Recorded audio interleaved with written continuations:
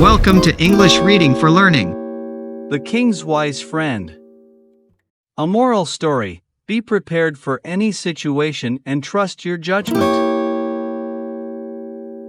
Once, a king was traveling to neighboring city across the hills for trade. All the king's men became tired carrying the food and water on their shoulders. On their way, they met some ghosts.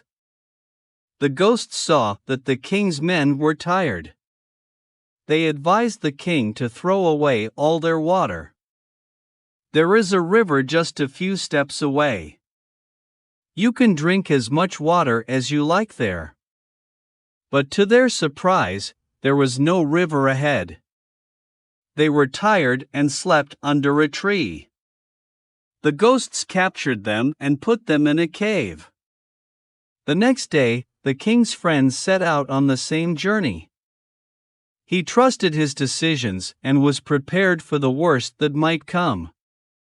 He neared the cave and saw his friends' carriages. The ghosts appeared and told him to throw away his water.